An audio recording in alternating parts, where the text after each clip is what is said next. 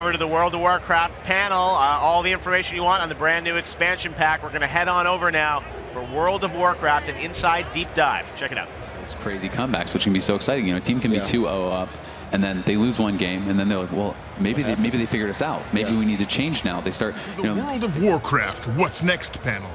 Your panelists are Tom Chilton, Ian Hazakostas, Corey Stockton, and Greg Street.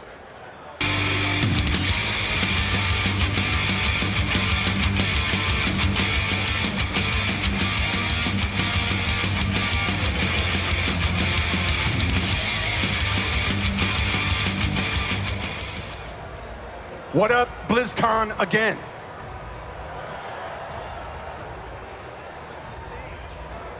I'm so glad the opening's done.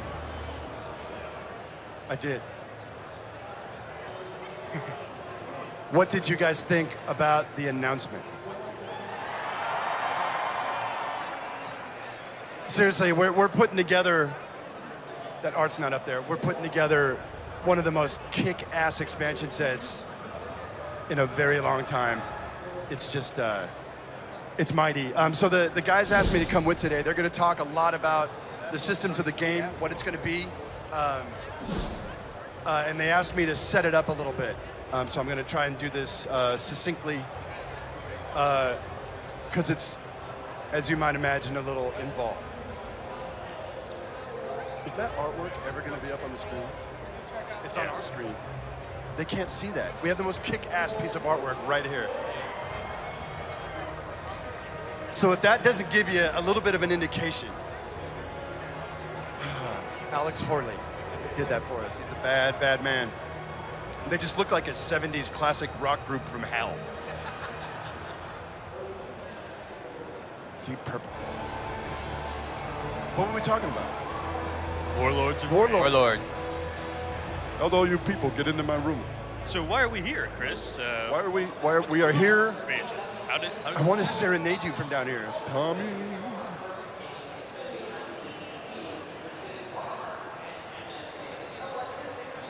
So let's talk a little bit about how did this happen. I'm just going to jump right into it. It's very involved. I'm sure you guys are going to have a lot of questions.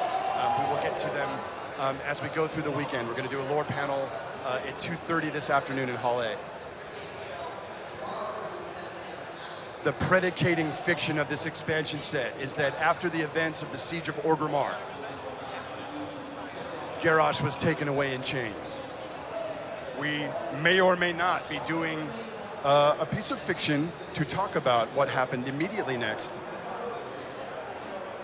Suffice to say, Garrosh will be put on trial, and before the verdict can come down, he escapes. That bastard. That's what I was hoping you were going to vocalize. We've got you right where we want you. Pissed. Garrosh has a new friend who has, let's say, a unique ability to bend time. Garrosh goes back, crestfallen, upset. The world didn't work out quite the way he thought it might. And he hates the Horde now, with his coalition of mongrel races and trolls and elves, really? He hates this Horde and everything that Thrall ever stood for. And boy, does he hate the Alliance too. So he's gone back to the place and the time where the world made sense to him. Of course, going back kind of alters a little bit, but overarchingly, Garrosh's intent is to redeem the Orcish ideal as he sees it. This is a kid who grew up in Garradar, who grew up with the stories of his old man and all these other champions, right? That came up at that time and formed the first Horde, and he likes those stories. And he wants the orcs to be proud again. He wants them to be conquerors and not encumbered by all these other races that he just doesn't understand why they're part of the Horde. And so that is where he has gone. And the most critical element of his mission is to stop the one moment, literally, that defined the history of Azeroth. He's going to stop the moment where the orcs drink the blood of Manarod. They will be uncursed. They will not be under the sway of the Burning Legion. But again, he will convince them that they must be a horde, that there's conquering to be done. And he will build this iron horde. With all the chieftains of old, he will empower them with, don't panic, some of the technology and engineering that he loves from our present. Black iron machines, flamethrowers, I don't even know yet. Well, the guys know. Garrosh is going to build a very different kind of horde, but its mission is the same. Using his little friend that we talked about earlier that can manipulate time, Garrosh is going to have them build a dark portal. And he is going to lead this iron horde through it. But his little friend has been given the task, of aligning it to our time. So the adventure of Warlords, for the most part, takes place in what we call Old Draenor, a fully realized world, right? Steeped in all the lore that's come before. We built it to heighten and maximize your sense of what Outland was, but this is a contiguous continent. It's got oceans, it's got beautiful skies, it's got giants, it's got monsters. What kind of world forges a race like the orcs in the first place? It is a brutal place. And from the bones of this world, he would construct this army to enact his revenge on us. Having said all that, I'm sure many of you are thinking like, God, don't tell us. Another orc, really? Tell us this orc is not the boss of the expansion series. We want to get ahead of it. He's not. Garrosh facilitates the storytelling. This was the natural flow. And while he will be heavily involved in the storytelling, he's not the guy. There's a guy behind the guy.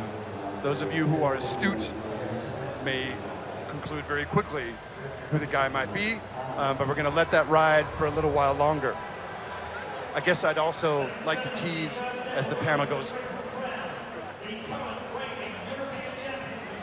The end boss of this whole giddy-up, as so far as we're thinking today, it won't just be an orc dude. Take that as you will. So, what do you guys think of anything I haven't said that we should say? Or have I said too much? I think we're good. We can take it.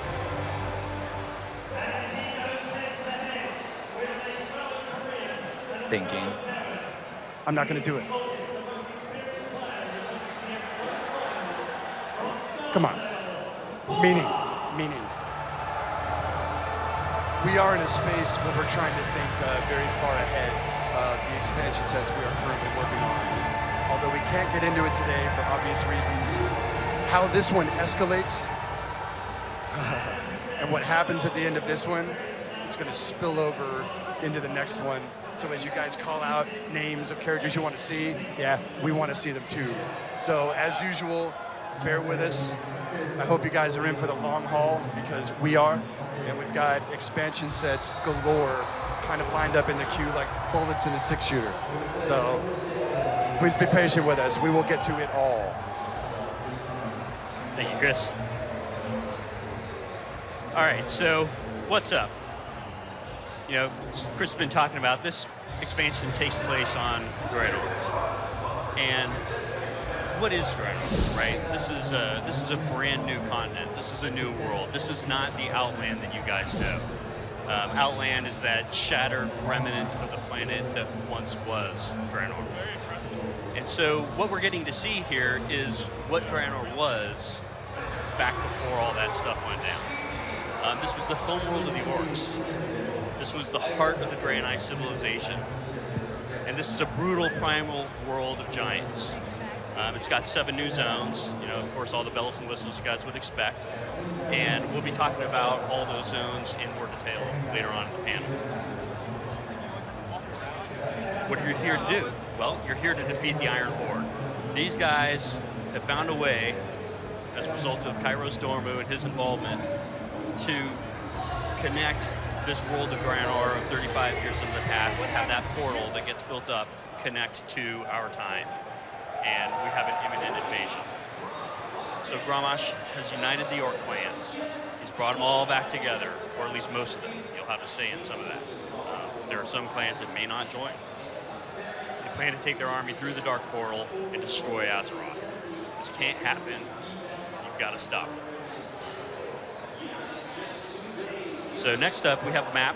So this is what the continent of Draenor looks like. Might be somewhat familiar.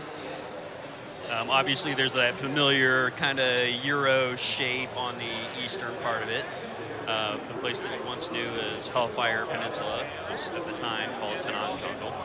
We have Shadowmoon Valley, which, as we'll get to in a little bit, is an actual idyllic valley. It's not a hellish, infernal draining from the sky kind of place. We've got Gorgron. If you imagine that Gorgron was kind of where Blade's Edge plus Foxfire, when the world shattered, those came together and collided, that formed the Blade's Edge Mountains. So there's that kind of clash of desert and also the frost. We've got Nagran, as you might expect. That was probably the least affected of the different zones back in Outland. It was still a bit different back in the day, and you'll learn more about that as time goes on. And then we've got Talador, which is the location of Shattrath, which is not where your main city is going to be. It's also the location of Akandun, but this is before Akandun blew up and went to hell. So, as players, you're actually going to experience this content in a very different way. As the Alliance, you're going to end up defending Karabor and saving it from the Iron Horde, and that's going to be your main city. Karabor is what you may have known as Black Temple in Outland. So that's actually going to be your city as the Alliance for the expansion. None of that Shattrath nonsense. For the Horde, you are going to travel to Frostfire Ridge, and in Frostfire Ridge, you're going to help the Frost Wolves fight against the ogres that are there, and you're going to liberate the Ogre Citadel. There's a Blades Citadel there called the Bladespire Citadel, and that's going to be your city. So a lot of these places that will be familiar to you are actually completely different. And it's important to understand that this is very different than when we did Cataclysm, right? When we did Cataclysm, we took those zones as they were, and then we changed them, we modified them, chasms in the ground and filled them up with lava, did some stuff like that. But these zones are actually completely rebuilt from scratch. These aren't zones, because you can't really go from Outland to what it was before by kind of naturally modifying things.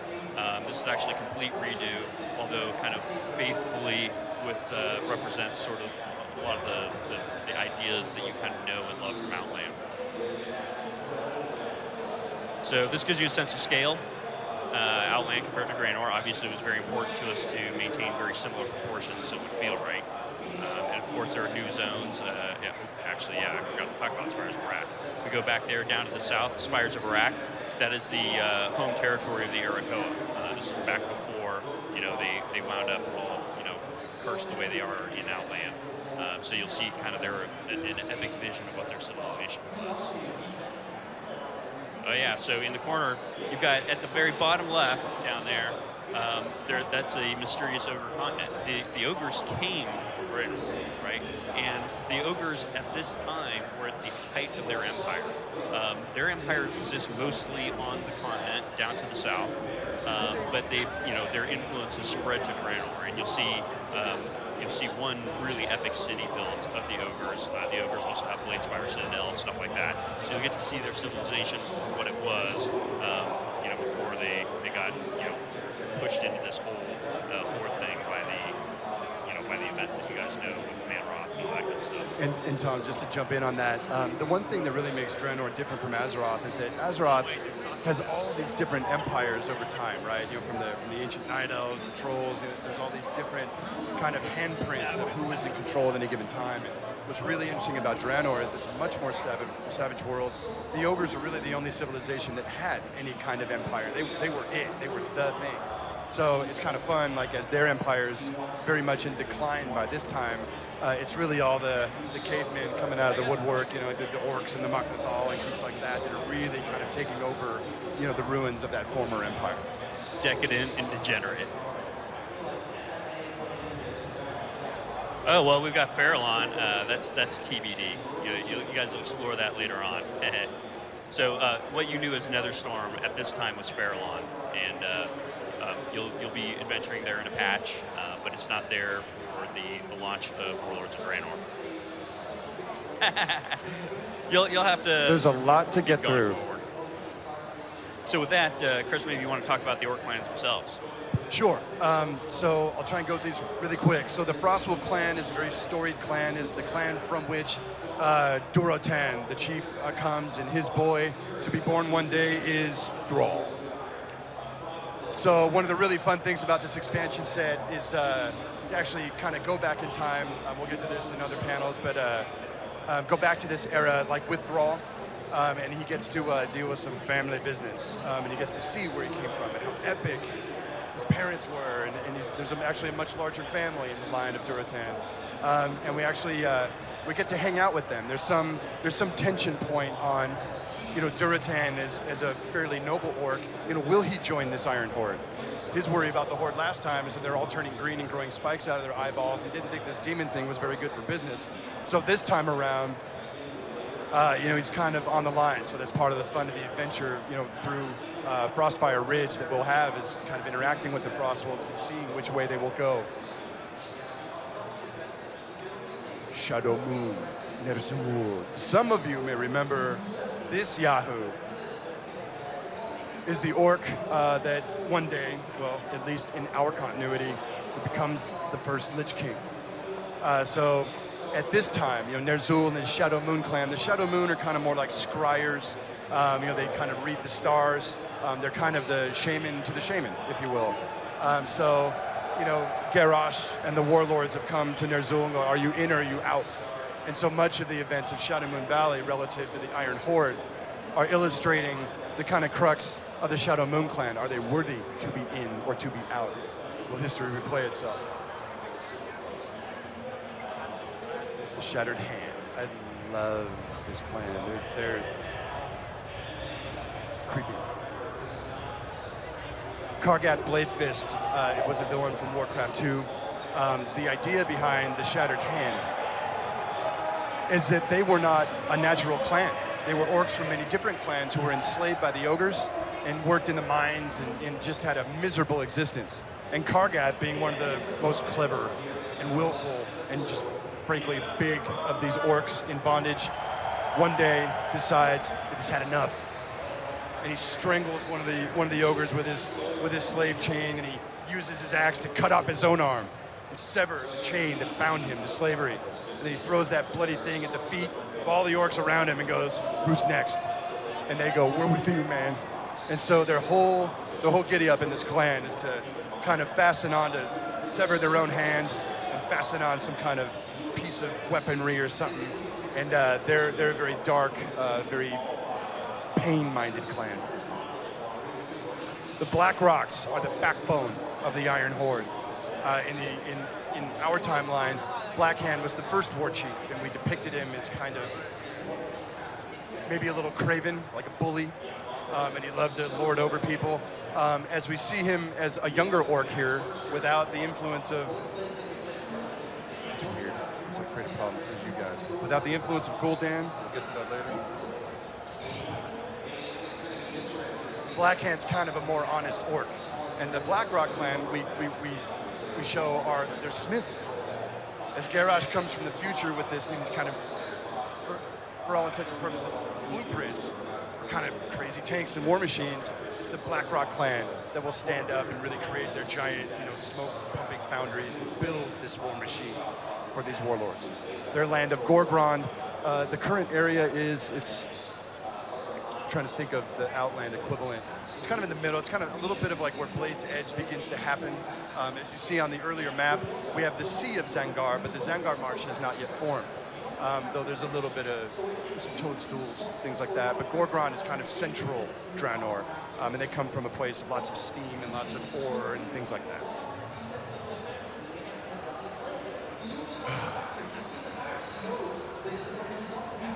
Gromash. That's the funny thing about those Hellscream boys is even when they don't have demon piss in their veins, there's still a lot of fun at parties. Grom's got some, he's got some anger issues. There's a story there. And as you might assume, there's a really interesting interplay with Garrosh, who's come back to kind of redeem his heroes. And obviously Gromash will play a major role in the story to come. And the whole tension point with Grom is what? Could it happen all over again? Will his anger get the best of him? Or will he be a very great leader? I wouldn't bank on it. Gromash and the Warsong clan are much like Mongols. Wolf-riding badasses. They're cavalry, right? They roll through the plains of Nagran, rocking the ogres and anyone else that gets in their way. So it's really fun to leverage them into kind of an earlier, more idyllic look at Nagran. A little less of the floating Bean Brothers, land masses in the sky, but it's very much that idyllic land you guys remember from Outland.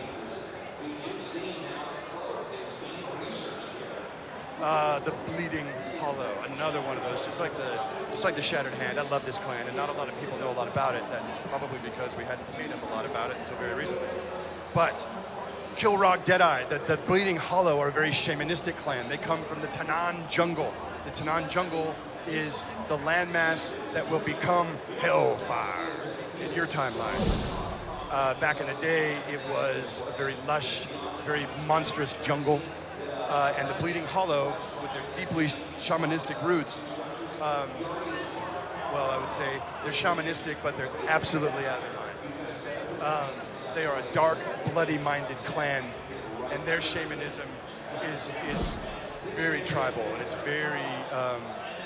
very bloody-minded. And you would say through the ritual that all of the Bleeding Hollow chiefs have taken for generations, Kilrog included, is that on the eve of them becoming the chief, they go down into these cisterns with the Blair Witch shit all over the ceiling, and it's just gnarly. And they gouge out their own eye to receive a vision of their death. And that vision of their death predicates how they will lead their clan in slaughtering their enemies and seeking just perfect, bloody-minded victory. It was hard to get out. I'm exhausted.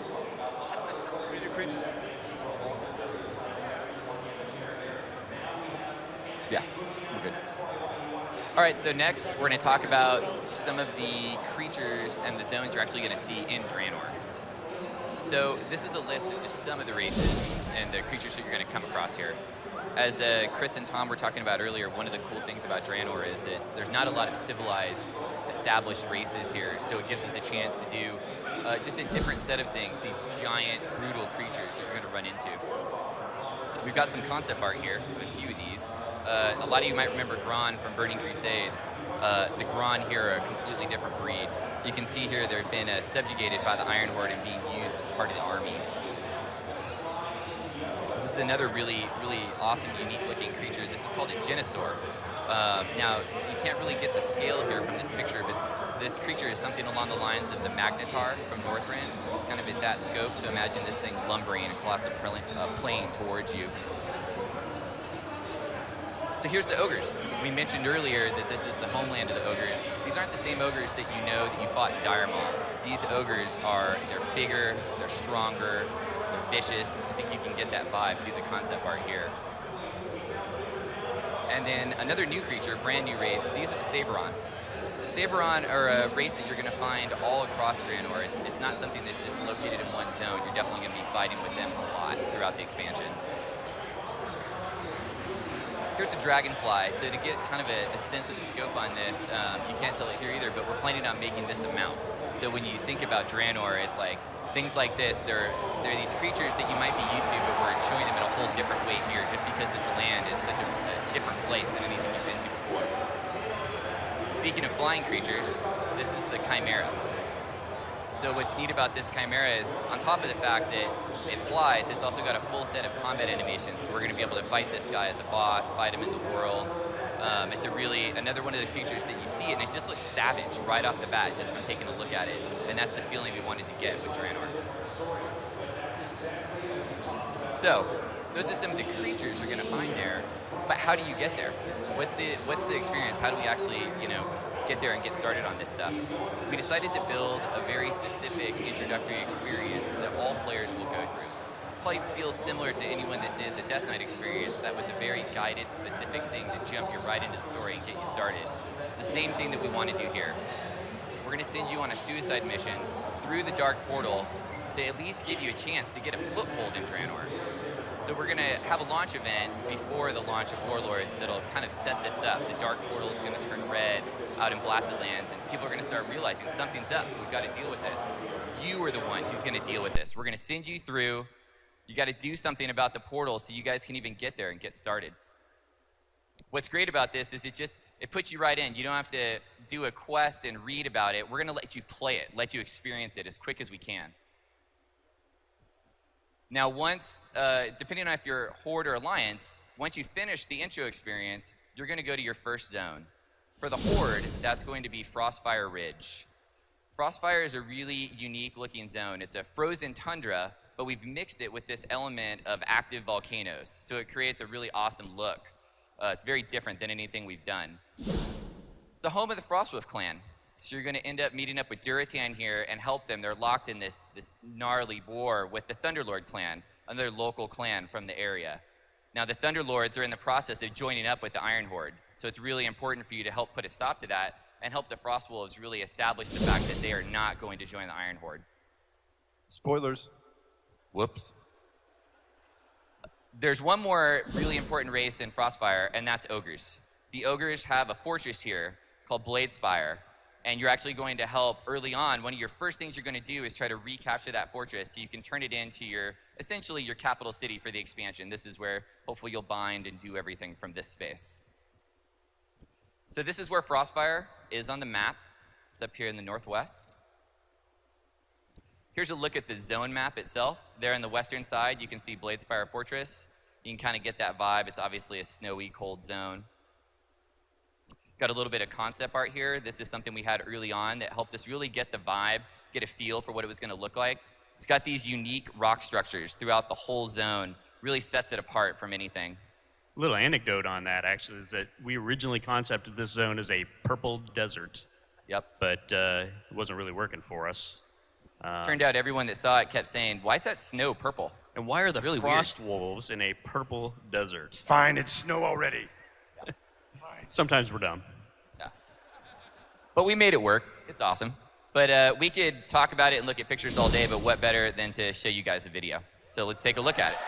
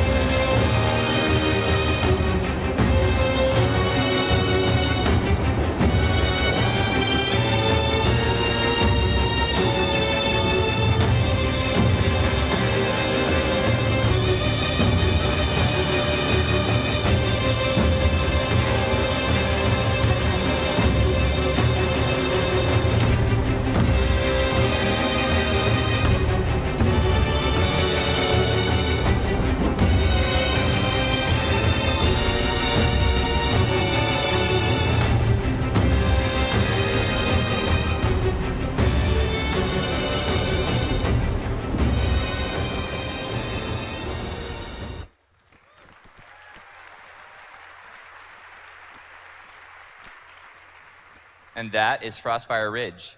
It's really exciting to be able to talk about that zone because that's the first zone we actually worked on the expansion. So it's been around for a while, so it's great to finally get a chance to show it to you guys. So let's get to the Alliance. So after they finish their introductory experience, they are going to go to Shadow Moon Valley. Obviously a familiar name, a place most people probably know what it's like now. It's completely different in this time and age. The zone is always fast in nighttime. It's nighttime all the time here. It's a zone that you're never going to see the day, so it gives it another unique fit. It's something we've really tried to hit with all the zones in Draenor, is that they have a vibe. When you leave it, you're going to go, oh, that's the zone that it's always nighttime at. That's the zone that's got the crazy fire stuff. We really want to give you that hit so you remember these places. Now, Shadowmoon is the home of Kerebor. It's what you know in the future as Black Temple, but at this point, it's the holy temple of the Draenei. Problem is, it's under attack by the Iron Horde. One of your first things you're going to do when you get here is stop that attack. We have to save Kerebor. Without Kerebor, the Draenei really don't stand a chance. If you can do that, then you can turn that into your Alliance City, the same way we were talking about that with the Ogre capital and Frostfire. These will be your two kind of capitals that you'll bind from and play the expansion from. There's one other player in this puzzle, though, in Shadowmoon Valley. It's the Shadowmoon Orc clan. This is the home of their clan. They're led by Ner'zhul, and he is hellbent on joining the Iron Horde, and he'll do anything to his people to actually make that happen. You're going to take a part in that and help try to make sure that that doesn't actually come through. So this is where it is on the map. We tried to keep location in mind, make sure that it made sense in relation to where Shadowmoon Valley is in Outland. This is a look at the zone map here. You can see Kerebor off to the right.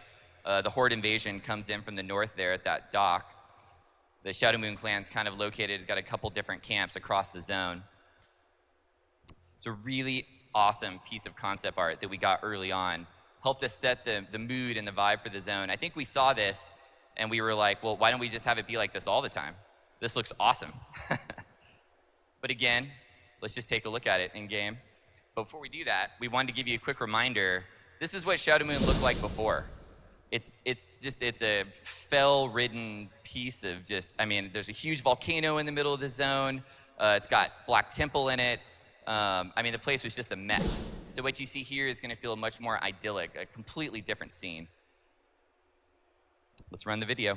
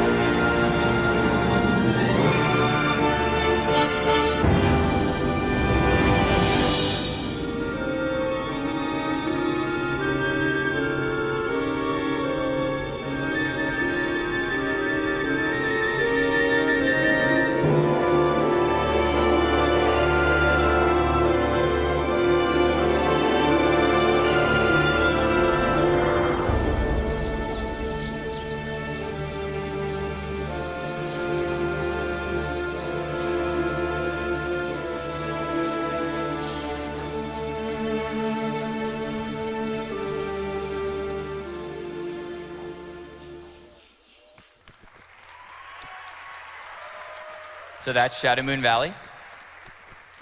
So we got two more zones we're going to give you a sneak peek at today. Next up would be Gorgrond. We talked a little bit about Gorgrond earlier. It's a completely different, again, the zone is really defined by the features that are there, and it's these giant steam vents that are all across the zone. They're trying to be harnessed by the Blackrock clan is working with the Iron Horde here to kind of cap these steam vents, and they're using those to help run the war machine for the Iron Horde.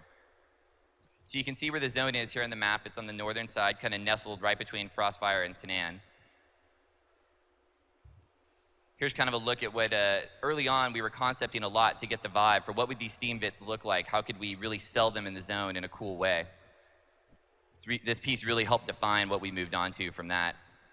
And we got a video of it to show you guys.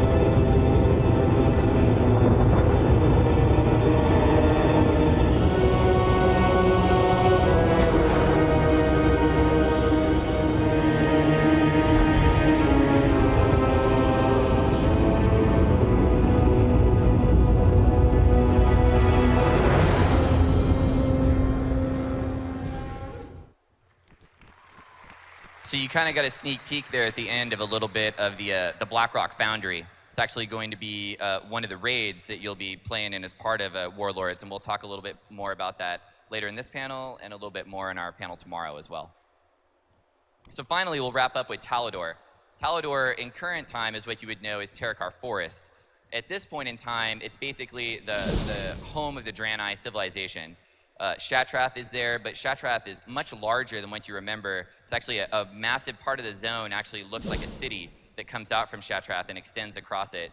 It's got a super, super unique look too, just because we were able to really push that Draenei look. We've always had Draenei buildings and structures, but you've never got to see what did they look like when they were at the height, when they were, they were doing everything that you would expect them to do, but you get to be a part of that and see it before everything kind of goes to hell. So Talador has some really unique, iconic places too, places like Auchindoun. We know Auchindoun in current time, it's blown up. It's in the middle of the Bone Waste, right? But in this time, it's completely different. It's basically their holy temple. It's where when Draenei die, they want to go to Auchindoun. It's like Valhalla for Draenei. You're going to get to see it also because it's a dungeon in the expansion. Speaking of Shatrath, this is a piece of concept art of what it looks like on Draenor. What's really cool about this is you can see it's got the water there. That's the Zangar Sea coming up right against the edge. Zangar Marsh isn't fully there yet, so it's really cool to see this place, but just in a different time. And let's roll the video.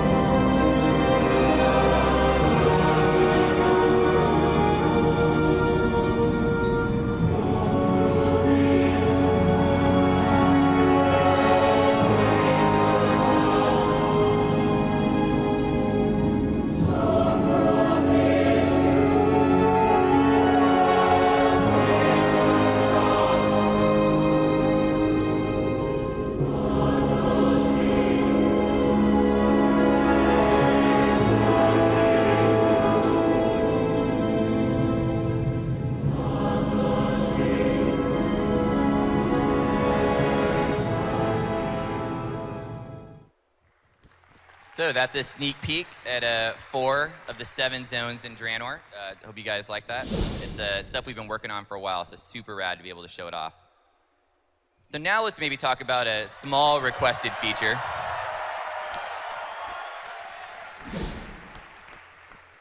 We've only been working on this for a little while, but like everything we do at Blizzard, it's something that had to be done right.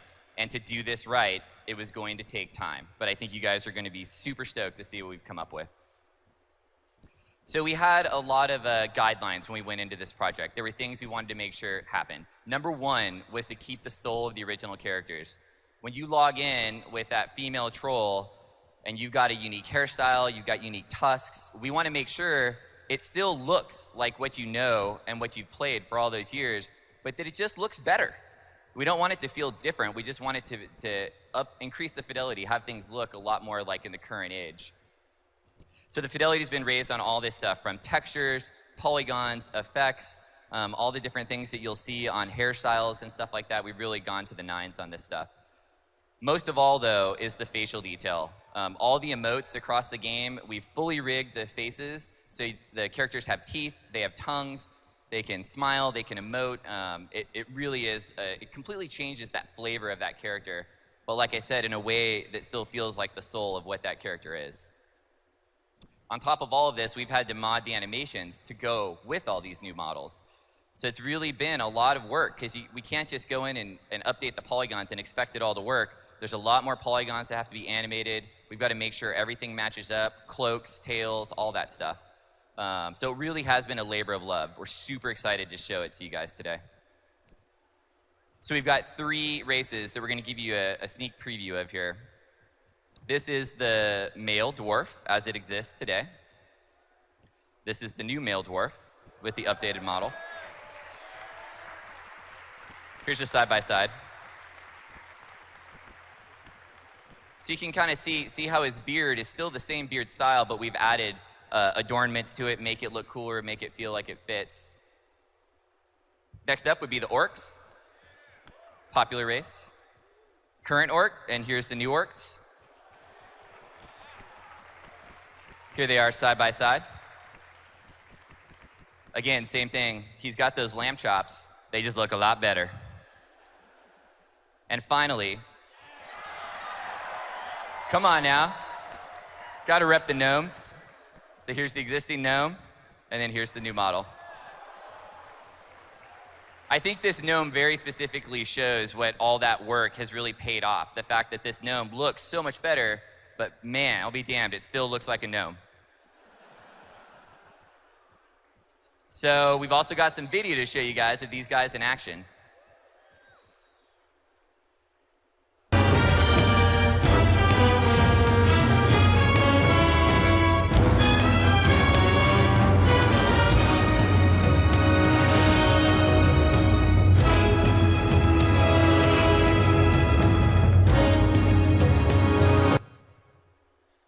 That was the orc.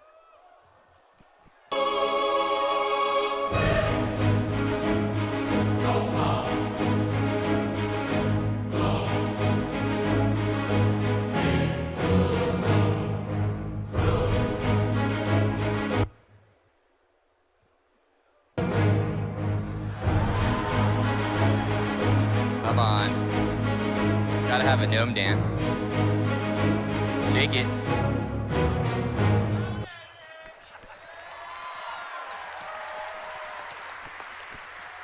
And So that for was everyone just a here, short- I really.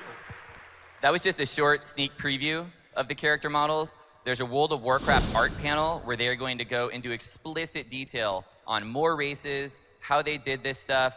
If you're looking to get info on that, I highly recommend you go to that panel. Their panel is really, really awesome this year. This was just a sneak peek. So next up, Exactly. Tom's going to talk about some features. All right, so what do we have here? Obviously, you guys probably saw the feature list go by really fast in the introductory movie, and you're going, what is that? What are they doing? And there was maybe something in there that you noticed that might strike a little bit of interest. So what do we have here? We've got a feature summary, and we're going to talk about all this stuff. So I'll just get right into it. Garrisons. What the hell are those? All right, so what is a garrison? Garrison is the ability for you to build your own base on Draenor. So, that's right. This is the World of Warcraft version of housing. Woo! This isn't a cottage in a faraway instance corner that doesn't actually exist in the world. This is your ability to actually build a base, almost as you do in the RTS games, in the actual world that you will be able to see as you fly through the zones. You'll be able to see it as you go by it. You'll be able to invite your friends to come and see it if they want to. We'll even give you reasons to trade resources, stuff like that. But this is a full-on base. You're going to collect followers. You're going to send them on missions to do your dirty work. And you'll be able to customize your base. So you're going to be able to decide, where do you want to put your armory? Where do you want to put your barracks? Do I want to have a mage tower? Do I want to have an infirmary? Do I want to build the stables? Or, what profession buildings am I going to build? So you're going to have a lot of different plots, and you're going to be able to pick and choose. You're even going to be able to pick which zone you want your base to be in. So a bunch of the different zones out there. Right on. A lot of the zones throughout Draenor support the ability to build a garrison. So if you decide that you want your garrison to be in the hard zone of Gorgrond, then that's what you can decide. If you want it to be in the idyllic Shadowmoon Valley, then that's what you can decide. You get to pick. And finally, you'll even get offline progression. So while you send your followers off on missions, let's say you assemble a group of 10 followers and send them off on a raid, well, that might take a week. And you might come back a week later and see what they got for you. Or you might send some guys off on a dungeon and see what they got for you the next day. Or you might send some guys off on some quests and see what they got for you in a couple of hours. And again, this is integrated directly into the world. This isn't, we use our seamless instancing technology so that, while it is customized to what you have built, You know, you see it from anywhere in the world, and you seamlessly enter it and exit it. There's never any loading screen, nothing like that. It's just out there in the world. And so what do you get for it? Why would I want a garrison? Why would I want to have followers? Well, you know, for one thing, you can get epic gear for your character. You know, that's kind of your core progression in World of Warcraft, is making your character better, and these guys can contribute to it. In addition, you get a piece of land to call your own. You know, think of this as like the farm times 1,000. You get unique benefits from the buildings in terms of, you know, what they do for your followers and the missions that they run. You get limited access to professions you don't even have. So, for example, you know, maybe you only have skinning and engineering on your character. Who would have that wacky combo? But let's say you wanted blacksmithing and something else, and you wanted blacksmithing and access to something in mining. You can do that. In fact, your base, you can even build a mine in your base, and that'll give you access to special mining nodes. You know, you'll get some extra mining nodes that you can go in there and mine every now and then. You can even assign an NPC that has a follower that has the mining skill to that mine, and they can do some of your dirty work for you.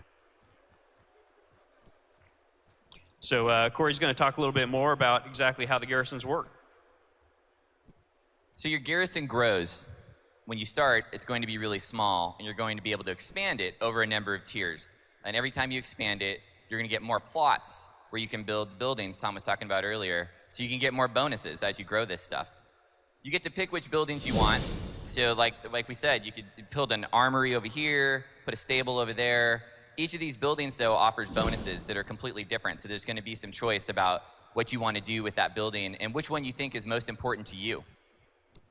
You get to choose the location. This is a key thing that we thought was really huge with the garrison, because Greg could choose to have his garrison maybe in Frostfire. I could maybe have mine in Spires of Iraq. So it's really neat that we don't have to all share the exact same space for our garrison, and you'll be able to move it. So maybe at a later point, you've had this garrison in this zone for a few months, you can up and decide to move it to a different place just because you think that's cooler.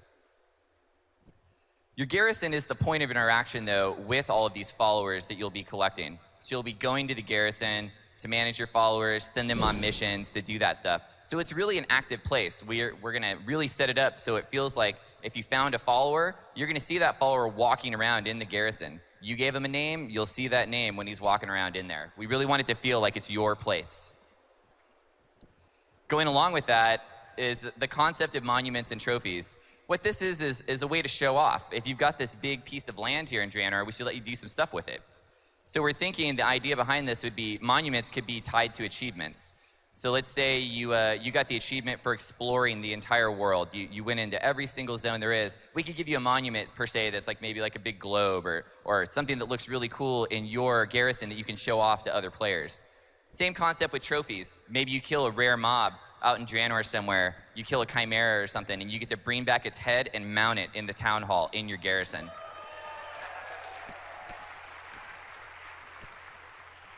So let's talk a little bit more about the buildings. The buildings, as we mentioned earlier, there's lots of different buildings to pick from. They come in different sizes, and they all offer different unique bonuses. Those bonuses can affect lots of different things in the game. They can give you things in your garrison specifically. They could also do things to your character outside the garrison. Maybe you get a buff when you're not there. And they also do things that make your followers better at the missions they're running. Like an example would maybe be like an infirmary. You can buy an infirmary, and it makes it so that the recovery time when your followers get back from a mission is shortened. If that's something you want, you can buy that, and you can upgrade it over time. So when you buy that infirmary, it'll start out really small, maybe like a little tent, and over time you can have this choice to upgrade it and increase the bonus as it gets bigger. Now, right now we're talking about doing 3 upgrades on the buildings. When you hit that 3rd upgrade, we wanted to really do something special for it. Let it feel like it's customized to you. And that's what specializations are. A specialization will probably feel similar to your talent tree. So imagine a building and it's got a couple different options on it. When it hits level 3, you can choose one specific option for every building. And those vary as well. Those can be things that maybe the infirmary gives you the option to resurrect out in the world like once per day. You know, someone from your infirmary shows up and reses you. Or maybe it's something specifically for your followers so they can be stronger on a mission. It's just another way that you can customize this place and make it feel like your own. Speaking of making it feel like your own, you got to be able to pick where this stuff goes. So maybe you want to put your mage tower up on the hill in your garrison. Maybe you want to put your mage tower up near the front gate because you think that looks cooler. We're going to let you do that. You're going to get to pick where you want to put the buildings. This variety is really what gives us that customization we're looking for. Here's a look at one of the buildings. This is the inn. This inn in this shot is rank 2. The bonus that the inn is going to give you is the opportunity to find new followers. So the inn has a bar. Lots of people stop by the bar. I hear there's a few at BlizzCon here today also. So you can go to buy this building and you'll get a chance to find a new unique follower every day. This building also comes with a kitchen. That kitchen has a cooking NPC in it. Like Tom mentioned, there's some access to different profession stuff that you can get through the buildings. And of course, it has specializations. The specializations on this building give you the chance to kind of hone in on what kind of follower you're looking for. Maybe you need a tank specifically for some of the missions you're running. You can pick that here, and the next day, you'll have a better chance of finding that type of follower. So here's a look at how the buildings upgrade. This is a huge undertaking. There's a massive amount of art that goes along with all the gameplay that's built into this system.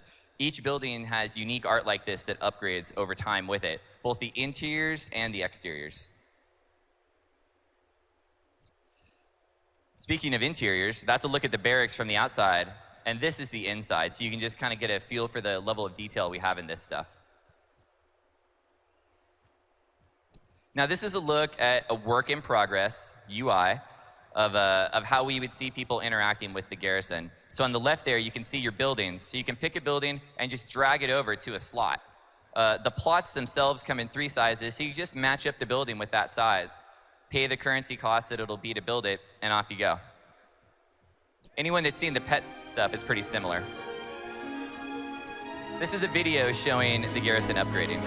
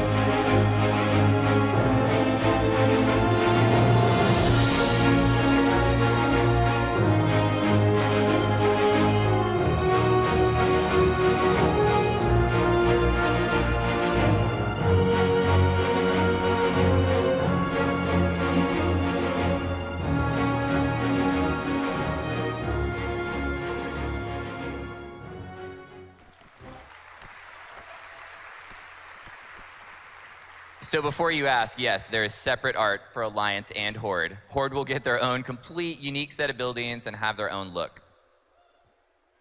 So once you have your garrison, you need to fill it with followers. Lots of ways to get followers throughout the world. You can find them and bribe them to join your mission. You can earn faction with them and have them join you. We're going to give them out in a lot of different ways to get people out into the world. What you do with followers is you send them on missions. We have a wide variety of missions they can be sent on. When they run the missions, they earn experience points to help them level up. So they're going to level from 90 to 100, just like you are. Once they max out, you can keep increasing their strength, though, by equipping them with gear, which gives them higher item level. So it doesn't just end when a guy hits 100. He can keep going by increasing his item level after that. Imagine that. What a new concept. Now, followers also have abilities and traits. These are the kind of things that you're going to use when you send a follower out on a mission. You'll try to match up your abilities and traits with the things that are on that mission so they can have an advantage. And of course, they also come with quality. So anyone that's used to the pet system kind of understands that concept where you can find a common, you can find a rare, you can find an epic. Same concept here. And of course, you could customize them with names. So if you want to name your guy Johnny McCool, you can name him Johnny McCool, and that's what he'll be like in the game. Anyone that comes to your garrison will see that guy named that. So this is a look at another mock-up UI of what it would look like to have a follower. This player is really lucky because he has Oprah Winfrey in his list over there. It's really rad. I think this guy So just from became here- a new major world NPC. So over on the right there, you can see his abilities. You can see some of the gear he's equipped with. So this gives you a little bit more detail on a follower. So you send these guys on missions. There's going to be a pretty wide variety of missions you can do. Tom mentioned earlier you could maybe send them on a raid. You could send them to a dungeon, send them on quests. That's all going to be up to you. And what you do is you mix those missions with followers that have the right traits and abilities. It's kind of like a mini game in its own way to match up the right guys so that they're successful on those missions. We also have this concept of specialized missions, and these are unlocked by buildings. So let's use the infirmary as another example. When you buy and place an infirmary, that then gives you the option to run rescue missions. And rescue missions are very unique. Only people with infirmaries can run them, and they'll have different bonuses from other missions. So another way that the buildings that you choose help customize what your garrison is like. Here's a look at the mission screen. So on the left is your followers, on the top is the party, and so you just drag your followers into those slots, and then as you do that, you can see the bonuses that they'll earn on those missions, and then you send them off. And like we mentioned earlier, this works completely offline. So a mission could take hours, it could take days, it all just depends on which one you pick to do. But that's not the only feature. There are many, many more, and we're gonna have Greg talk to you about some of those.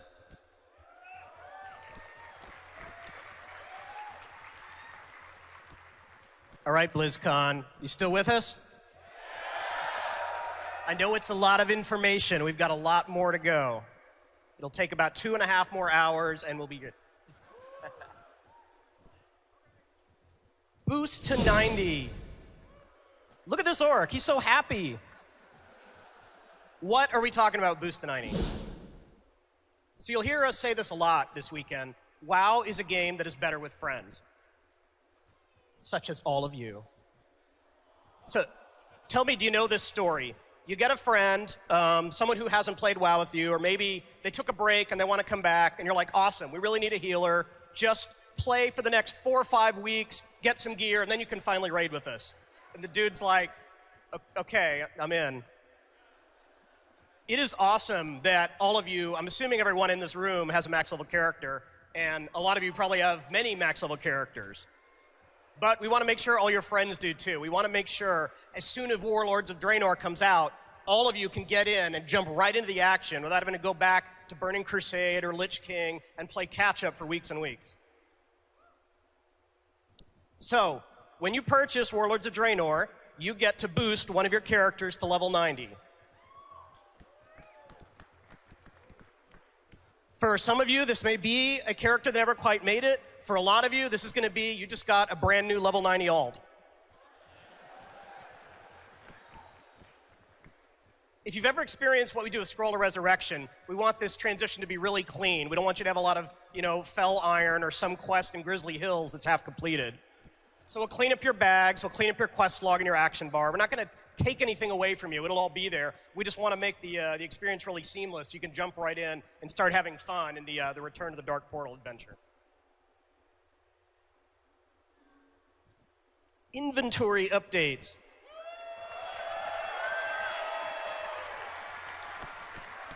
So we've introduced this concept you guys are familiar with of collections. Currently we have pets and mounts that are collected. What this means is you earn it once and it's account wide and you can use it on any of your characters across realm and things like that. So what are we going to add to pets and mounts? We're going to add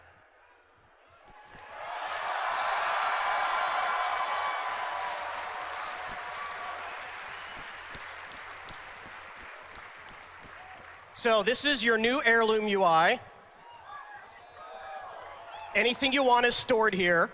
All of the icons that are grayed out, just with the pet journal, will give you information about where to acquire it, so you don't have to try to remember, was it some vendor in Stormwind, or was it a rare drop, or something like that. All the information is there. And again, this is cross-realm on any character, so you don't have to worry, who had my heirloom? Was it that one dude? I can't find it. Everything's here when you need it.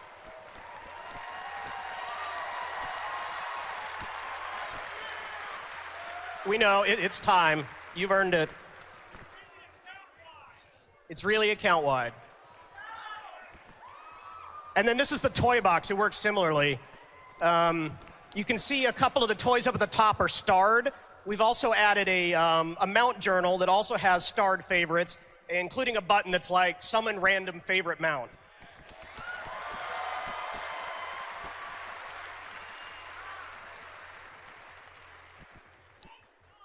Your bags are still a mess, even with all the heirlooms and toys taken out of them. So what can we do about that? We don't think big bags is the answer. It takes forever to find stuff in it as it is. Instead, we're just trying to organize it a little better. These are a lot of requests we've gotten over the years, and we're finally able to deliver on some of it. So there's a lot of information on this screen.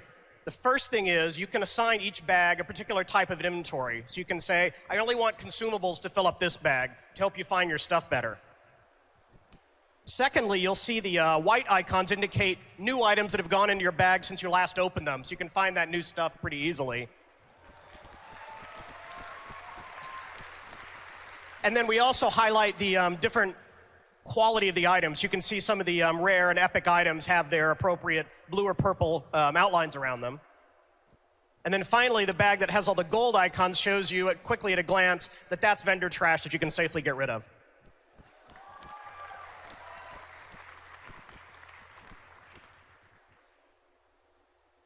And in addition, we're not going to put quest items in your bags at all.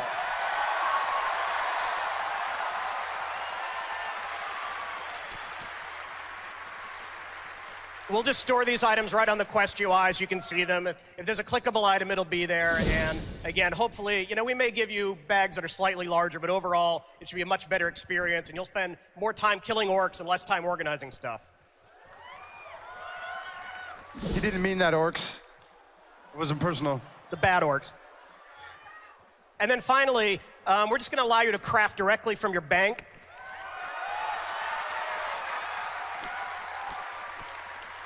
So if you have resources there, you can just access them right away without so much mailing. We're also going to increase the stack size in a lot of these things up to 100, so you'll get a little bit more of your bag space back.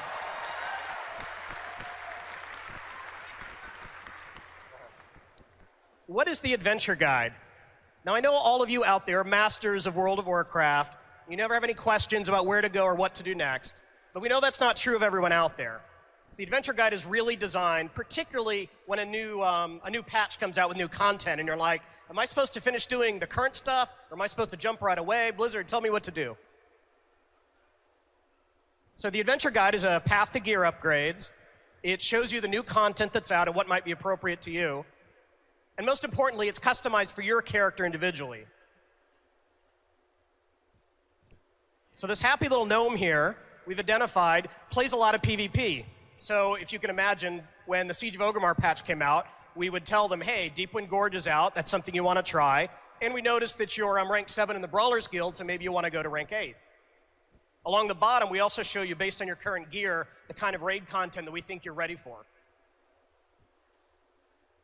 And then this is a more PvE-focused player.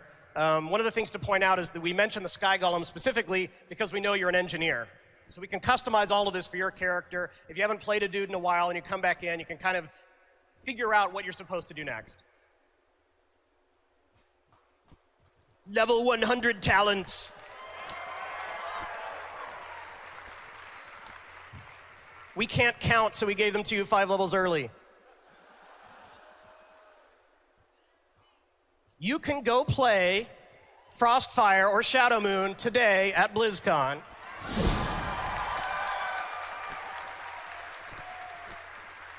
I doubt you'll reach level 100 in 15 minutes, but I know you guys are pros. You'll still be able to open up your talent tree and see these new talents. These are fairly early designs, but they're not just standard. We're taking them seriously, so feedback is appreciated. One thing to note is we're going to start splitting out the tooltips of talents a little more by spec. Particularly classes like Druid and Priest have these pretty wordy tooltips that say, if you're Shadow, it really does this. If you're Holy, it really does this. So I'm just adding that as a caveat because some of the tooltips you'll see at BlizzCon are quite long. You're welcome. All right, Ian will now talk to you about our incredible Dungeons and Raids. All right, well, it wouldn't be a new expansion without some new Dungeon and Raid content, so of course we've got some of that. We're really happy with the overall amount of multiplayer group content that was in Mists of Pandaria. Though we've heard you guys, we could probably have used some more patch dungeons, something we're still thinking about looking to do. Hear you on that one. Well, let's jump right into this. So dungeons. We're going to have 7 new dungeons available at launch in Warlords of Draenor. 4 of these will be available as you level up, 3 exclusively at max level. And you may see that last bullet point there.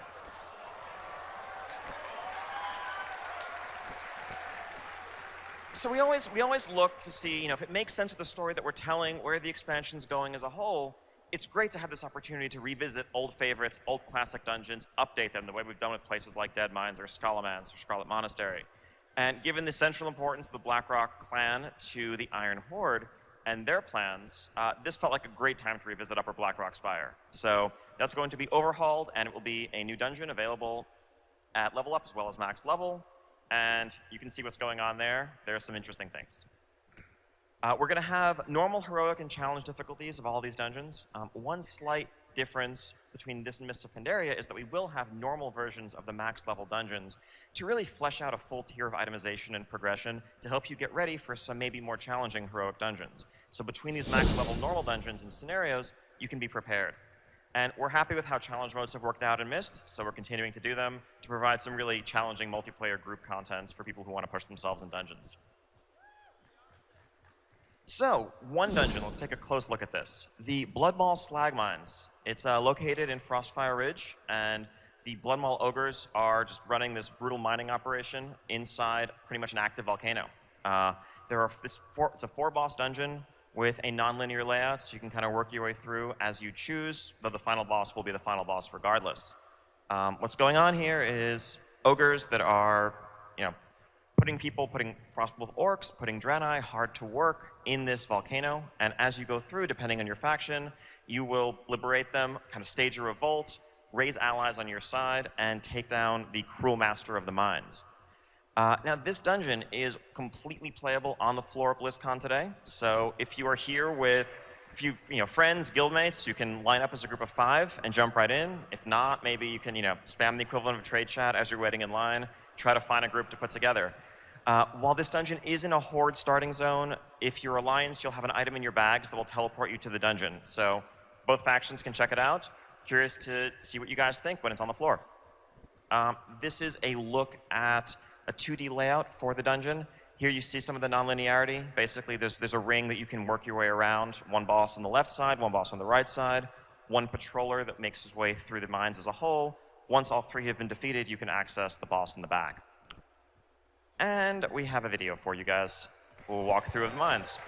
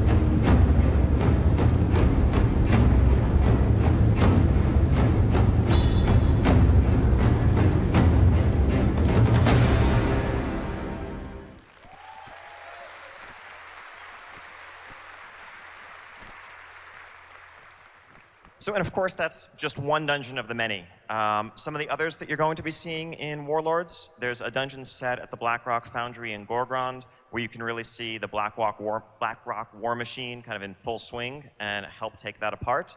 Alkindun in Talador, as you mentioned earlier, this is not the smoldering crater that you may remember from Outland. This is the holy mausoleum of the Draenei, where their souls go to rest, but also to be protected from the Burning Legion and the Eridar that eternally hunt and thirst for Draenei's souls. And maybe the followers of a fellow named Gul'dan might have some interest in a place like that. We'll have to see. The Arakoa Spires, looking down upon the land and the spires of Iraq. These are not the hunched, twisted Arakoa that were cursed in Outland. This is the majestic winged race that has a high civilization, and you will be seeing what they're up to there. In Shadowmoon Valley, the Shadowmoon clan, Ner'zhul, beneath the earth, is working and dabbling with dark powers in the Shadowmoon burial grounds as he slips further into his descent into darkness, and you'll have to go in there and put a stop to what he's doing, of course. And the Iron Barracks, where an army is being raised, this army that's going to march into and take over Azeroth, unless you stop them, and more. So that's just the dungeons. Of course, raids. As I mentioned, we're happy with the amount of raid content that was available in Mists of Pandaria release. We like the way the staggered two-tier rollout worked, where we had Mogu'shan Vaults initially, and then Heart of Fear and Terrace of Endless Spring afterwards. So we're kind of looking to mirror that going forward into Warlords. There are going to be 2 new raid zones available. The one right at the outset is going to be the Ogre raid at Highmaul in Nagrand. This is a bit of that high Ogre civilization that we talked about earlier. This is going to be a 6-boss raid, and will kind of whet your appetite for the things that are to come. After that, you'll be able to venture into the Blackrock Foundry, where really this is the war machine of the Iron Horde. It's the height of its military might. The processing, refining of the Blackrock ore, for which the Blackrock clan gets its name, as it's forged into weapons and armor and war machines that are assembled and sent off to the front lines to wreak havoc upon Draenei and eventually Azeroth. And Warlord Blackhand, commands this from the interior of the Crucible, and you need to go in there, work your way through this 10-boss raid, and put a stop to his plans. We'll be talking a bit more about this raid at our later Raid and Systems panel. And of course, we'll see the return of world bosses. There'll be fierce new world bosses in the model of, Shav Anger, Ordos, Nalak, etc. Always continuing to learn from our experiences there, improve upon the experience we're delivering, and give players that really epic multiplayer feeling of, 30, 40 frostbolts flying through the air as you fight something in the outdoor world, not necessarily in an instance. In addition to some of the specific raid content that we're releasing, we've also taken a moment to reflect upon our philosophy and how we're approaching the design of our raids. So, any Flex Raiders in the house? Awesome. Yeah, we're super happy to see how flexible raiding has worked out so far in patch 5.4 and how it's been embraced in Siege of Orgrimmar.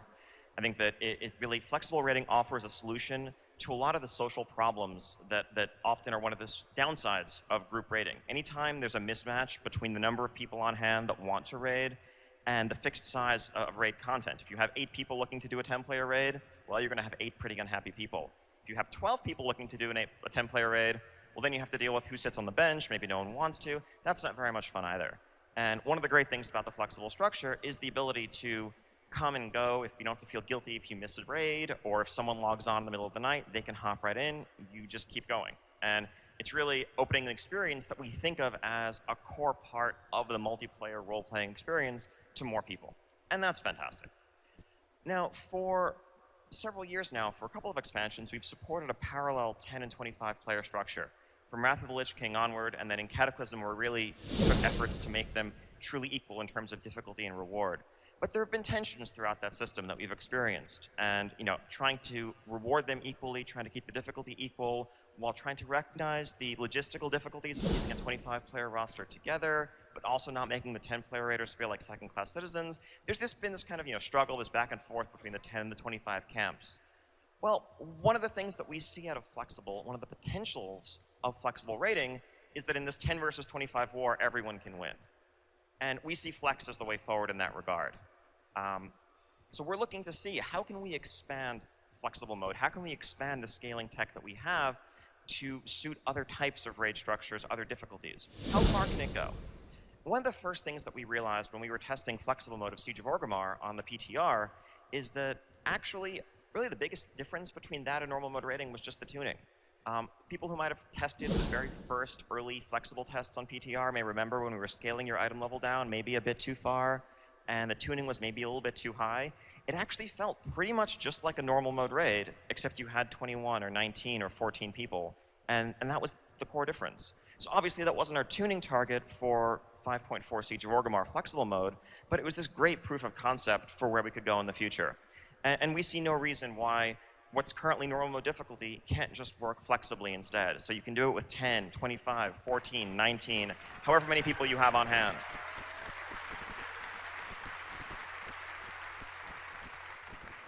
And so that leads us to continue to think, well, is there anything else the Flex can do for us? What about Raid Finder? Now, Raid Finder, I think it makes sense to continue to matchmake to a fixed group size. However, I'm sure most of us who've done Raid Finder have had the experience where you're about to pull the boss, a couple of DPS and a healer or something drop, and you're standing around with 22 people in the group waiting for it to backfill. Wouldn't it be nice if the boss could just scale down smoothly in difficulty so you could just go ahead and pull instead of waiting?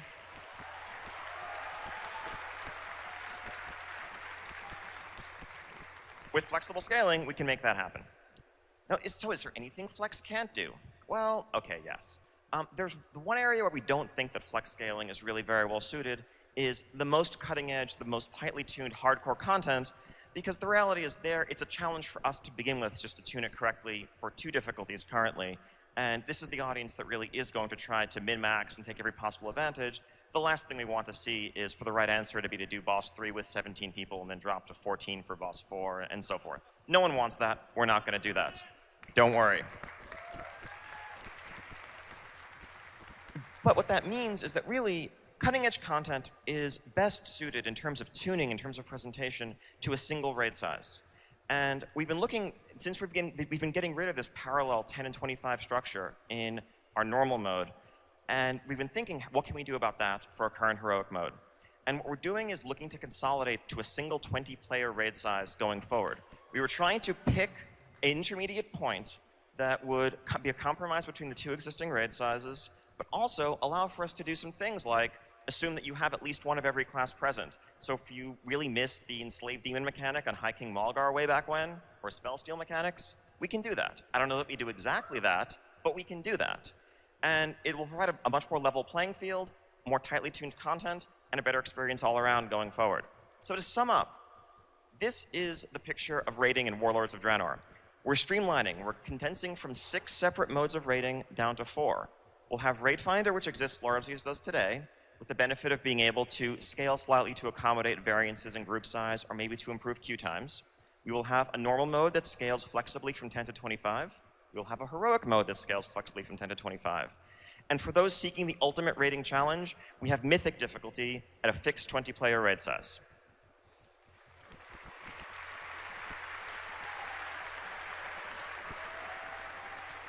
So we'll be talking a bit more about raiding and some of the philosophy that went into those changes and our systems going forward at our Raid Systems Quests gameplay panel tomorrow. But in the meantime, let me hand this off to Tom, who's going to talk some more about PvP changes. All right. So do we have any PvPers out here? Okay. I think that was at least 4. All right, so what are we doing with PvP? Here's kind of a summary of the different things that we're tackling. We're going to create a world PvP zone, and I'll talk about that first. That's probably the most meaningful, really new type of thing that we're doing compared to what we've done in the past. We're also making some UI improvements. We're going to make some changes to the way that we do Battleground rewards, and we're also going to introduce a concept that we're calling Trial of the Gladiator. So to start with, what is this world PvP zone you speak of? Well, we're creating a place. It's one of those islands that you guys referenced that was off the coast. It's off the eastern coast of Tanan Jungle. It's called Ashran. And it is a staging area near the Dark Portal that both the Horde and Alliance want to control. This has faction bases on it, and it has a variety of different hotspots. There are a lot of different points of interest the different factions are going to want to control. But really, more than anything else, what separates this from previous PvP world zones that we've done is that it is a PvP sandbox that is persistent and continues on all the time. It isn't like Wintergrass, which really felt like a kind of an instance battleground because it had that start and finish. This is really going to be more like a timeless isle of PvP in that all the objectives that are there are all PvP oriented, but you're kind of free to go in there and do whatever it is that you want to do. It's a lot like what you might think of as the original Alterac Valley. I don't know if there are many people here that played the original AV. But there was a day when you used to queue up for AV, maybe get in the battleground. Let's say in the morning, you could leave the battleground sometime to go to work or go to school, and by the end of the day, you come back and you actually jump right back into the same battleground because these things lasted sometimes 24, 48 hours.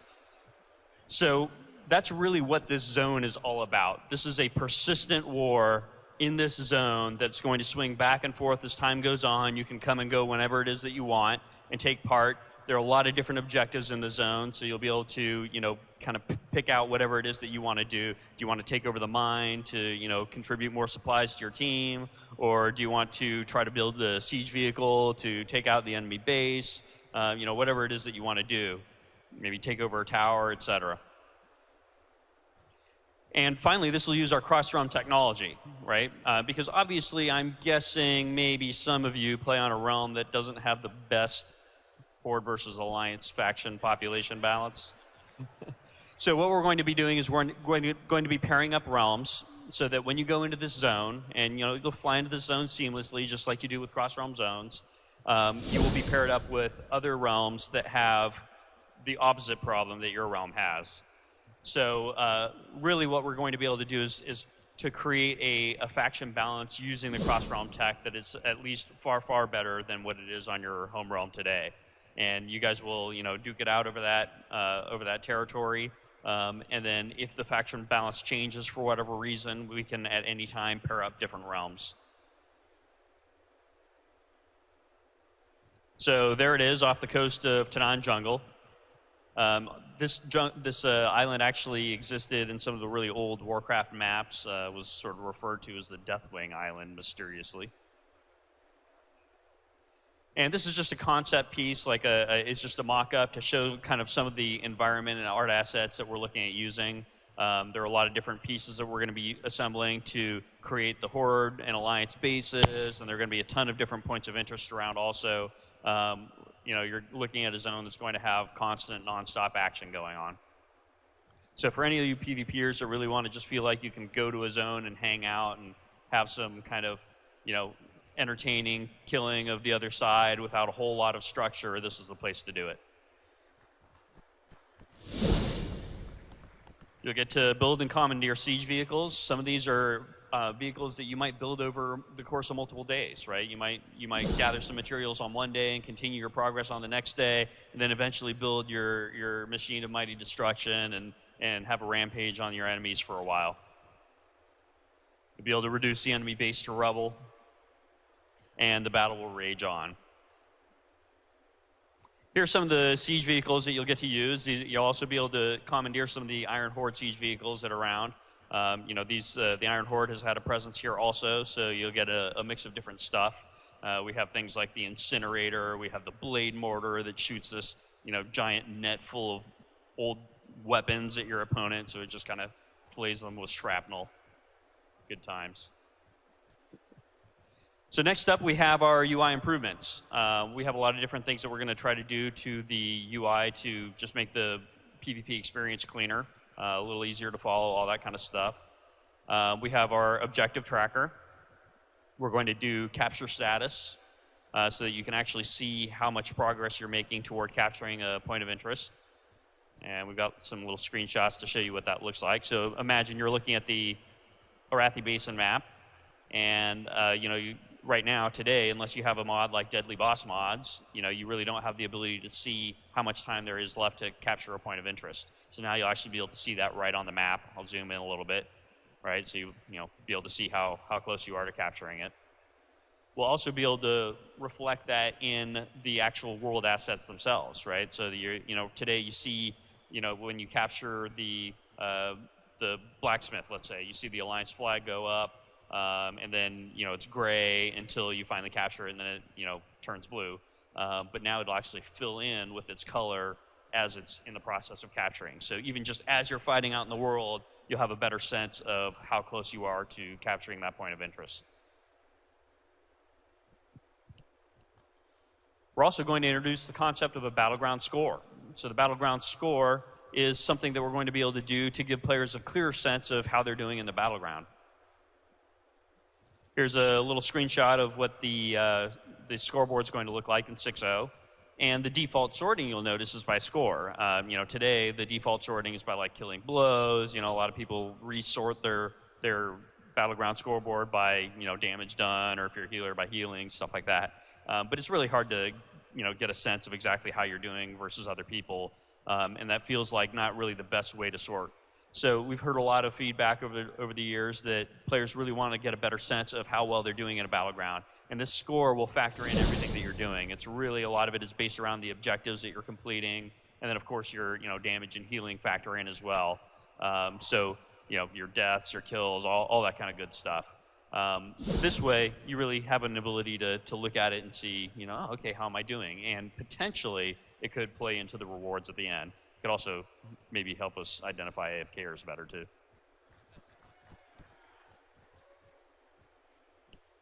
So I also talked a bit about the reward system and what we're going to try to do with that. So today, one of the problems that we have with PvP is that it's too deterministic.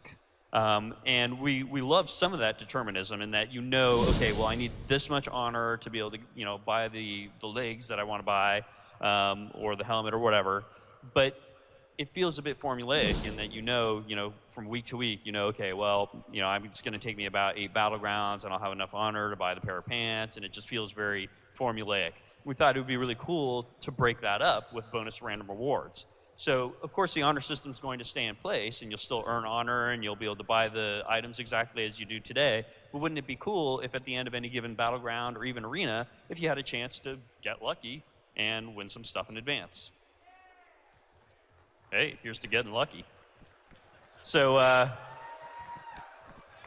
are the things that you can get?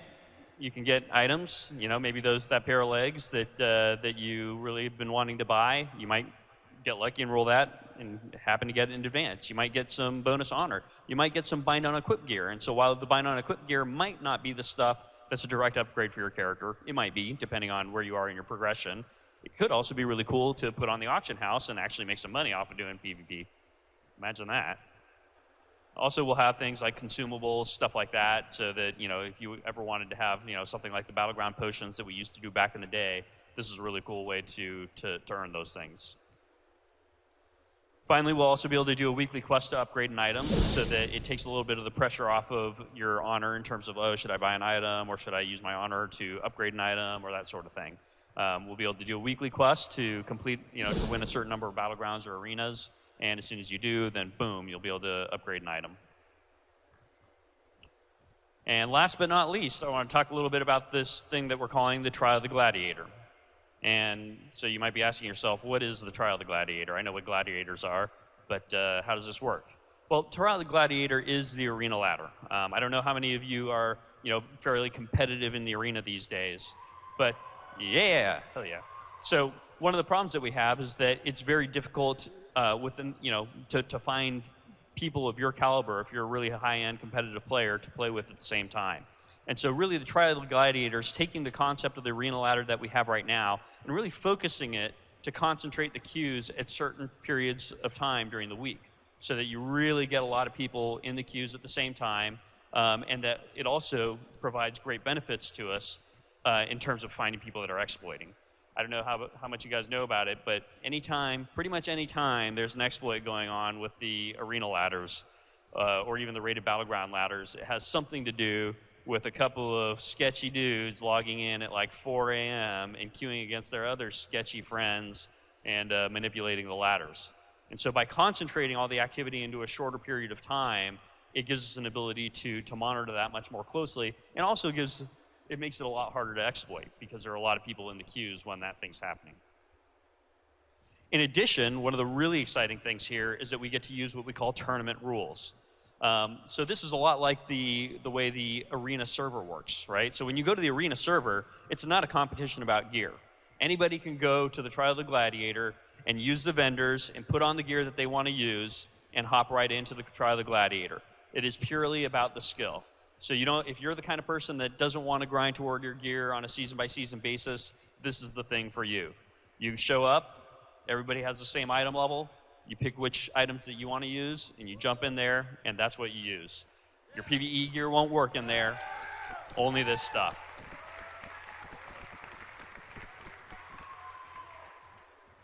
And this, of course, will determine your prestige rewards. So if you ever wanted that Gladiator title or mount, this is the place that you're going to do it. Your regular season kind of stuff that you do is going to happen, and you'll be able to earn your honor and conquest and buy gear and all that kind of stuff that you can use to take into the world PvP zone. But really, the crux of how you're going to get the prestige stuff is through here. All right, so that pretty much wraps it up. I want to thank all you guys for coming out here, and unfortunately we don't have any time for Q&A, but fortunately we anticipated that, and we created an entire panel that is purely for Q&A. That'll be near the end of the day tomorrow. But what I do want to do is call out some of the other WoW panels that we're going to be having. We have the Adventure Continues panel to talk more about the lore of the Warlords of Draenor expansion today at 2:30. We have the art panel. You do not want to miss the art panel. It is fucking amazing. Yeah, it looks really good. Also, raids, gameplay, questing, and more. We'll talk in more depth about a lot of the stuff you just heard about, and then our QA. So thanks and take care. Thanks for coming, everybody. Thanks, everyone. Thank you for attending the You're World of watching BlizzCon 2013, an original DirecTV production since 2008. Level up to DirecTV at directv.com.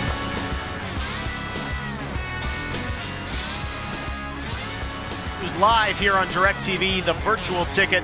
You just found out the latest on World of Warcraft, and they're fans from all around the world here. Blizzard fans getting ready for tonight's costume contest with pandas and everything in between, and of course lots of great gameplay of all the new Blizzard games, including Heroes of the Storm, playable here for the fans of Blizzard. And we've got much more live BlizzCon coverage coming up all day today and tomorrow. Hey everybody, it's Jeff Keighley back here with Kat Hunter. Kat, that was a very extensive World of Warcraft panel, and joining us now is a special guest, Jay Allen Brack. Good How's to it see going? you, Jay. Welcome, Jay. Glad to be back. We just got a huge download. I can't wait till we can sit down and get a little I was bit going to say, further someone on right the now details. is like updating the Wikipedia page, and it's going to take a long time because there was so much information in that panel about the new expansion, which is playable for a lot of Blizzard fans right here, right? We've got a demo here for the very first time that fans are able to actually play the demo, play Warlords of Draenor, and we're really excited. It's been something that we've been working on for more than a year now, and to be able to see the fans' reaction and have the fans actually experience what we've been working on, it's a really exciting time for us. What was it, just internally with the team, what was the feature you were most excited to announce today? I think everyone has probably their own thing that really geeks them up and really excites them. I probably have two features that are really excited for me. I'm a Warcraft fan from the very beginning. I was really excited to, I played Warcraft 1, I played a lot of Warcraft 2, so bringing the heroes of the old orc clans from Draenor back to the players, and actually experience the Warcraft 2, a lot of the Warcraft 2 story and heroes in World of Warcraft for the first time is really exciting to me. Me too. And then I'm also excited for the first time something we've wanted to do for a really long time is update the player character models. It's been a fan request for just ages and ages, and we finally said, this is the expansion, we have to figure out a way, we're going to do it somehow, some way we're going to do it, and here we are.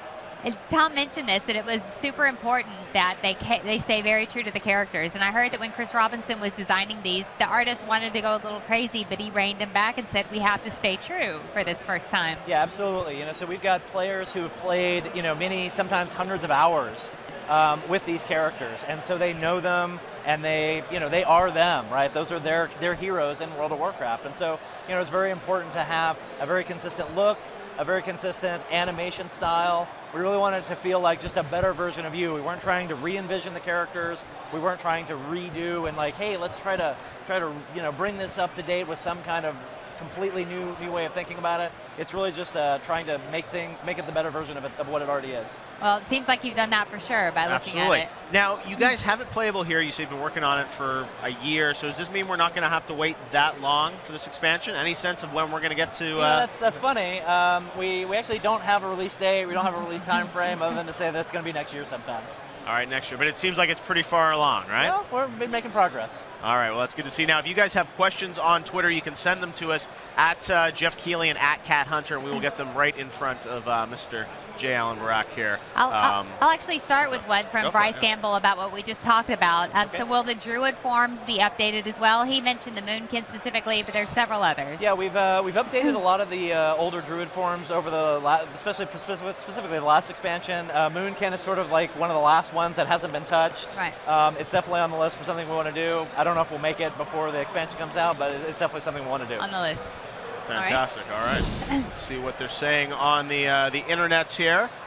People are asking about potential launch, spring, summer, fall, winter. Nothing to say about that, right?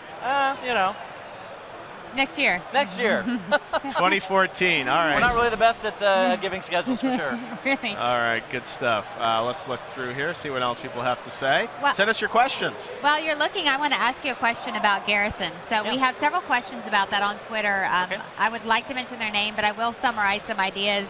Are your alts going to be able to enjoy the Garrisons at all? Is it account bound or character bound? Yeah, right now it's character bound, but we know that we need to have some kind of solution for players that have a lot of alts. Right. Another thing that gets asked on a pretty regular basis is how am I going to show my Garrison's progress with my friends? Yes. And if your Garrison is going to be part of the world, but if you have a person that you invite into your party, then you'll go into your shared Garrison. Your friend will be able to see what your Garrison looks like. And you can see theirs as well? You can see their Garrison as well, right. Is it based on whoever the party leader is? Okay, whoever the party leader is, that's the Garrison that you're going to go into. Is there any guild tie-in at all with Garrisons? Yeah, we've talked about certain different guild things that we could do, or guild activities, or maybe we allow guild things to happen, but haven't decided like what's going to be in and what's out. Any PvP tie-ins? Right now, the Garrison is mostly a PvE feature, and it's a way for players to kind of level up it's kind of the next generation of the farm, right? We're going to have you own a piece of Azeroth. We're going to have you be able to customize a piece of Azeroth that you're very excited about, or Draenor in this case, and really have it be more of a focused PvP experience, PvE experience. And I have a request. I'm going to put it in while I have you at the desk. Let's do it. Can I have some of my pets running around my Garrison? We've talked about having both different pets that you have and different things that as well as different trophies that you've had over the years of things that you could potentially have as treasures of your accomplishments. So those are both things on the list. Maybe a mount in the stable? I don't know. I'm just saying. All right, we got some questions for you now from Twitter. Let's take a look. First one is from Lars. Lars wants to know nothing about new classes / races. New classes, races. Any? Yeah, so we haven't talked about expanding the different numbers of classes and races this time. I think there's importance to have race and class diversity when it comes to things like that. So, we're pretty sparing when we talk about doing different race class combinations. All right. Is this the end of the hero classes? Whenever we think about the next expansion, we always think, what does the game need? What are we excited about doing? What are things that players responded to in previous expansions that we can really blow out? I would never say that we're never going to do another hero class. We really like how the Death Knight turned out, and I'm sure we'll think about doing another one again, but not for this expansion. Okay. I want to ask one more Garrison question, then I'll let it go. You said in the past the reason you didn't want to do player housing is because you didn't want the cities to become vacated. You liked the idea of people playing together. So what is the change in philosophy there? No change in philosophy, right? I don't think that players, the Garrison is going to be the exclusive place that you hang out anymore. It's not the intention to move players to their Garrison and have them, never leave their Garrison. So that is something that we're going to be talking about and being, very cognizant of. I think player housing is something that we've talked about, and guild housing is something we've talked about many times over the years. Yeah. This is kind of maybe a step toward that. Do we ever get there? I'm not really sure. Okay. All right, more questions from Twitter. This one's from Jacob. Jacob is wondering, any more Panda patches before Warlords? So patches before the release. Yeah, so we've got a patch. We've got minor patches that we've done in the past. Since patch 5.4, we've got other minor patches that are planned. We don't really have any big content patches, so nothing on the scale of like a Siege of Orgrimmar type thing. But we do have ideas of things that we're going to do between now and the time we actually release. That'll be little things for players. But the bridge patch, the bridge 5.9. Yeah, we will have a patch that is, allows players to experience the item squish, which is something that we've been talking about for several years now, where we actually work to make the player, we're kind of rein the player numbers in a little bit more. And then of course we have a long history of doing different kind of pre-launch events. We'll definitely have a pre-launch event for this time around. Okay. I would ask more questions, but it's a long way away, but I know that content patch is something that we're all going to be excited and looking for. Yes, absolutely. All right, more questions coming. This is a fun one from David. What about the Dance Studio? Dance Studio. Yeah, Dance Studio is a very requested feature. It's the first feature that we, I think, ever announced at a BlizzCon that really hasn't worked out. We talked about and developed a whole bunch of different animations and different technology that we could use. We didn't really come up with a really great game system behind it. Right. It is something that we talk about. It is something that we want to do at some point, but it's not something we're currently working on. Okay, so we will leave that one be. Exactly. I have one for you. So before this came out, the Dark Below was a trademark, and it is what everyone expected this expansion to be. What is the Dark Below? The Dark Below is not a Blizzard registered trademark. It was something that someone did publicly and tried to make it look like it was us. Really? But we were all very surprised to kind of come in one day and realize that we were working on the Dark Below. Red herring. So yeah, thanks for that, fans. Red herring, stir the pot. All right, well, that's funny. Fans, next year at BlizzCon, you know how to throw everyone off the mark. Exactly. More Dark Belows, please. Maybe that's next expansion. That's maybe it's got some good ideas for a future expansion. That's fun. All right, back to Twitter. This is one from Liv. It says no previews of new female character models. I'm trying to think, did you not have any? You not show any maybe in the video, I guess? Oh, yeah, they were all females. Yeah, so we have an art panel that is happening tomorrow. Okay. We're going to do a deep dive on all the different characters that we've done so far. We didn't have, we don't have all the characters to the same level. We just kind of started working on certain characters and got them to certain levels. We've got 3 of the new characters that are playable in the demo, but we'll be showing a lot more at the art panel. Okay, that would be good to see for sure. One thing that we saw was a level cap raised to 100 instead of 95. Why the decision to go back to 10? A lot of it is just because we felt like level 100 felt pretty epic. Yeah. That's really the basis for it is, just feeling like what's going to feel like a really great. Thinking about 95 is kind of a weird number. Yeah. So we're excited to finally make a 3-digit number. I do. We're going to suggest that Blink 182 go to Blink 192 after the concert. That's a good idea. I think Elite Torn Chieftains may have something to say about that. The ETC. All right, well, Jay, thank you so much for swinging by. Give us a little more information on the WoW expansion. We look forward to hearing more from you throughout BlizzCon. And now we're going to talk about another Blizzard game, Hearthstone, and the card design. Eric and Ben are going to talk to us about what goes into the design of the cards of Hearthstone. Check it out. So this is the Ben Brode, designer on Hearthstone. And this, of course, is Eric Dodd's lead designer of Hearthstone.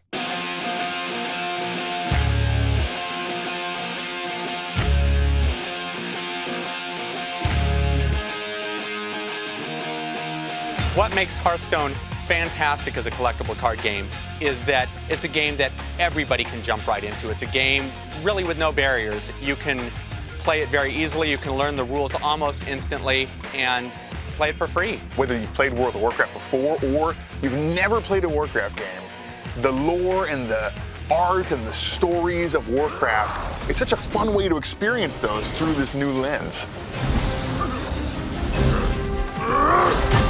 One of the things that we've worked very hard to put into this game is to make sure that while the game is very easy to jump right into, that there's a lot of depth in it. So anytime we're designing any aspect of the game, there's removing the complex elements and there's keeping all of that depth. So you're going to be able to play this game for just months and months and months. So one of the other things that has been very excited about making a digital card game is that we can break the rules in a lot of ways that it's hard to do in a physical game. So for instance, if you know the card, you may already love or hate it, it's Nozdormu, and it's a card that when you play it, it changes the timer to, instead of being, over a minute for you to take your turn, you only have 15 seconds. And it's one of those rules that it doesn't even feel like a rule, but we're totally changing it because it really changes how the game plays. Exactly.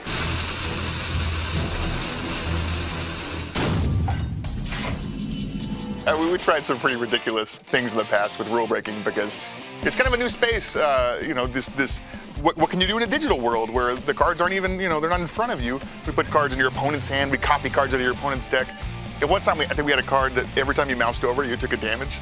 Yeah, and that had some issues, but it was still awesome that we were able to break the rules in that way.